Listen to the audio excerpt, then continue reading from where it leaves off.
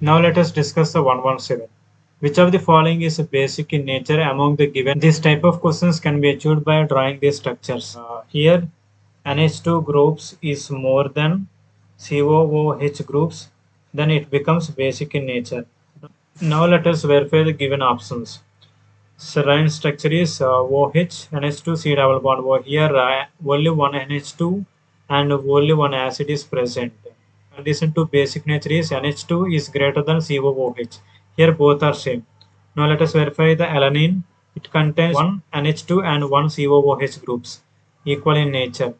Now let us see the third one, tyrosine. It contains one, two, three options are eliminated. Now let us see the lysine. Lysine which contains two NH2 groups greater to one acid group.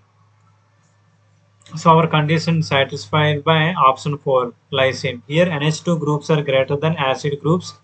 That's why lysine is basic in nature. Among the all amino acids, only 3 amino acids exhibits the basic in nature. The first one is arginine, which is in basic in nature.